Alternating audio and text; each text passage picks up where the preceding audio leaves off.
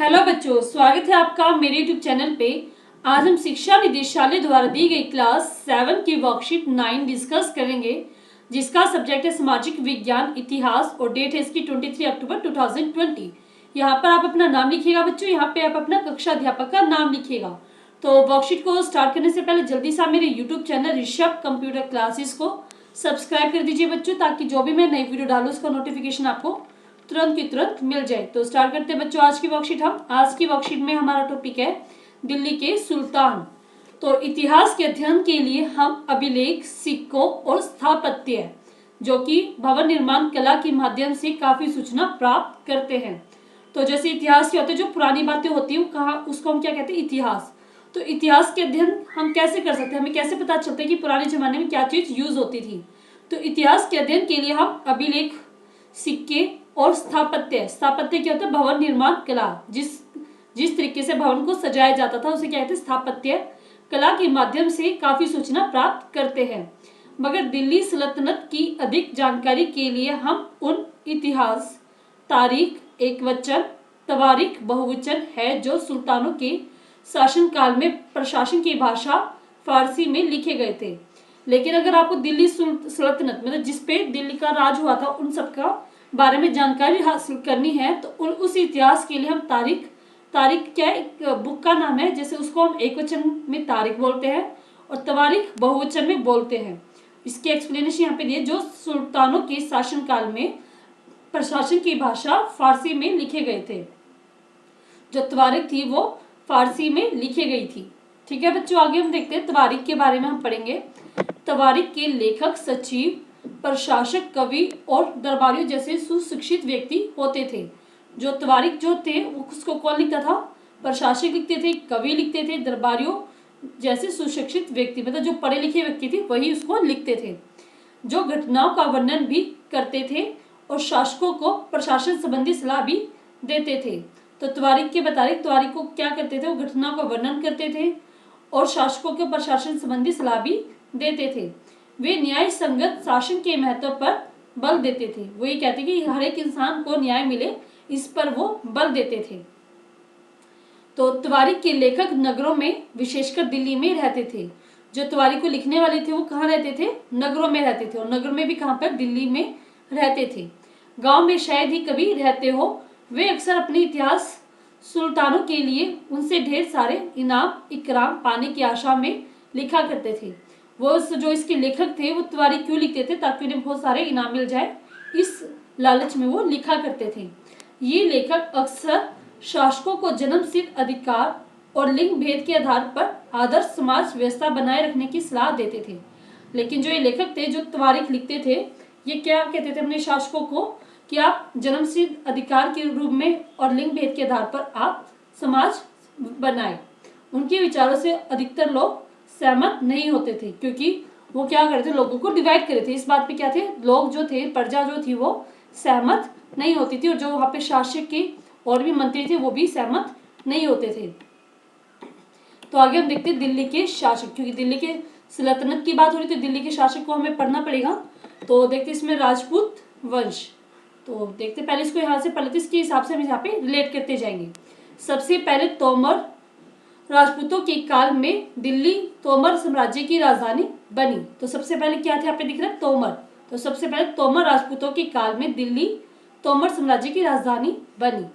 12वीं सदी के मध्य में तोमरों का अजमेर के चौहानों, जिन्हें हम चौहान नाम से भी जाना जाता है, ने परास्त कर लिया। तो तोमर के बाद कौन आए थे बच्चे, चौहान। तो उन्होंने क्या कर दिया, तोमर को हरा दिया। तो इट मीन्स वो क्या, चौहान हमारे साथ मतलब दिल्ली के राजा बन गए थे।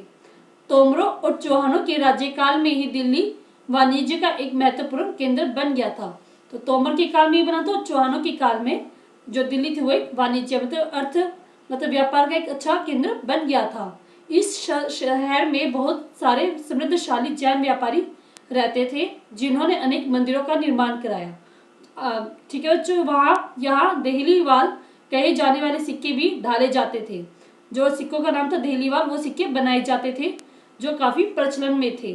13वीं शताब्दी के आरंभ में दिल्ली सल्तनत की स्थापना हुई।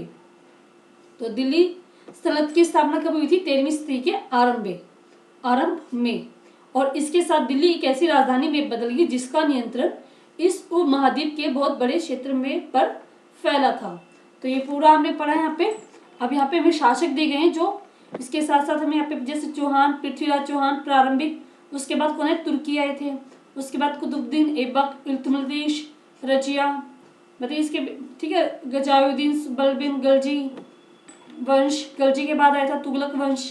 ये दोनों सभी क्या खलजी के ही हैं। फिर तुगलक वंश आया था बच्चों। फिर आपके पास आया था शैयद वंश। फिर आपके पास आया था लोदी वंश।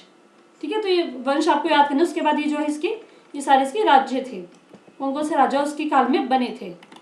तो हमारी ये पूरी वर्कशीट कंप्लीट। अब हम देखते हैं इस वर्कशीट के क्वेश्चन आंसर। निम्नलिखित प्रश्नों के उत्तर दीजिए। फर्स्ट प्रश्न है हमारे पास, इतिहास के अध्ययन के लिए कौन कौन से स्रोत हमारी सहायता कर सकते हैं। तो इतिहास के अध्ययन के लिए यहाँ पे हमें दिया गया था, जैसे यहाँ पे दिया गया था अभिलेख, सिक्के और स्थापत्य कला। तो ये आंसर हमारा इसका अभिलेख, सिक्के, स्थापत्य क्या, तो भवन निर्माण कला से बहुत सारी जानकारी प्रदान करते हैं। ये हमें इतिहास का अध्ययन करने में मदद करते हैं। ये आपका फर्स्ट क्वेश्चन का आंसर है। नेक्स्ट क्वेश्चन है बच्चों आपके पास, त्वारी का अध्ययन किस प्रकार हमारे लिए उपयोगी हो सकता है। तो इसका आंसर है हमारे पास यहाँ पे भी दिया हुआ था, लेकिन हम यहाँ पे दिखाते हैं आपको। त्वारी का अध्ययन से हम घटनाओं का वर्णन कर सकते हैं और शासकों को प्रबंधन संबंधी सलाह भी दे सकते हैं। ठीक है बच्चों, तो हम क्या कर सकते हैं, इसमें जो पुरानी घटनाएं थी उसका वर्णन उनको हम पढ़ सकते हैं और उनको बारे में हम एक्सप्लेन भी कर सकते हैं। और जो शासक है उनको हम प्रबंधन मतलब कैसे राज्य चलाना है वो सलाह भी हम दे सकते हैं।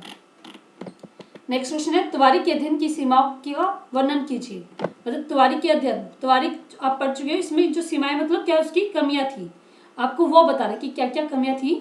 तो देखते हैं इसमें क्या क्या कमियां थी त्वारी की। त्वारी के लेखक जो थे वो पक्षपाती थे। इन लेखकों ने शासकों को जन्मसिद्ध और लिंग भेद के आधार पर एक आदर्श सामाजिक व्यवस्था बनाए रखने की आवश्यकता पर सलाह दी। ठीक है, क्योंकि वो जो शासक थे वो क्या चाह रहे थे, जो राज्य वो जन्मसिद्ध और लिंग भेद के आधार पर डिवाइड हो जाए, जिससे आम लोग सहमत नहीं होते थे, क्योंकि उन्हें पता था कि ये हमारे विनाश की तरफ हमें ले जाएगा, इसलिए वो सहमत नहीं थे। ये आपको इधर भी दिया गया है। ठीक है, जन्मसिद्ध से लेकर आप यहाँ से भी लिख सकते हैं। नेक्स्ट क्वेश्चन है हमारा, पता लगाइए कि दिल्ली में स्थित कुतुब मीनार के निर्माण में किन किन शासकों का योगदान है। कुतुब मीनार के संदर्भ में अन्य जानकारी एकत्रित कीजिए।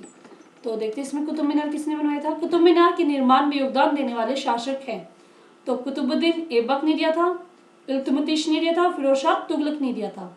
ठीक है, तो इसने क्या किया, सबसे पहले नीचे मतलब सबसे नीचे वाला बनाया था, फिर इसके बाद इसने बनाया, उसके बाद इसने बनाया।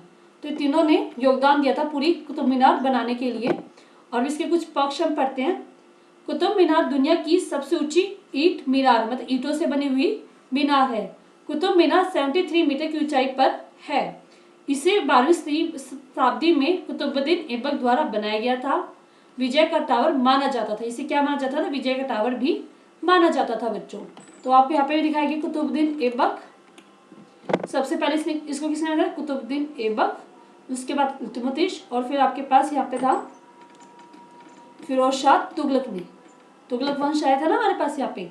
इन 3 शासकों ने मिलकर हमारे पास जो कुतुब मीनार है वो इन्होंने बनाई थी बच्चों।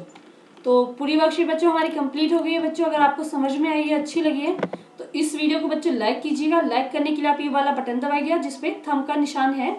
फिर आप शेयर कीजिए अपने दोस्तों के साथ, अपने क्लास ग्रुप में शेयर कीजिए, ताकि सभी बच्चे इस वर्कशीट की इस वीडियो की हेल्प से अपनी वर्कशीट कंप्लीट कर पाए बच्चों। मैक्सिमम शेयर कीजिए और सब्सक्राइब करना ना भूले बच्चे मेरे यूट्यूब चैनल को। उसके लिए आप क्या करेंगे, ये बेल आइकन है उसको आप प्रेस कीजिए, तभी आप इस पर सब्सक्राइब कर पाएंगे, तभी आपको मेरी वीडियो का नोटिफिकेशन आपको मिल पाएगा बच्चों।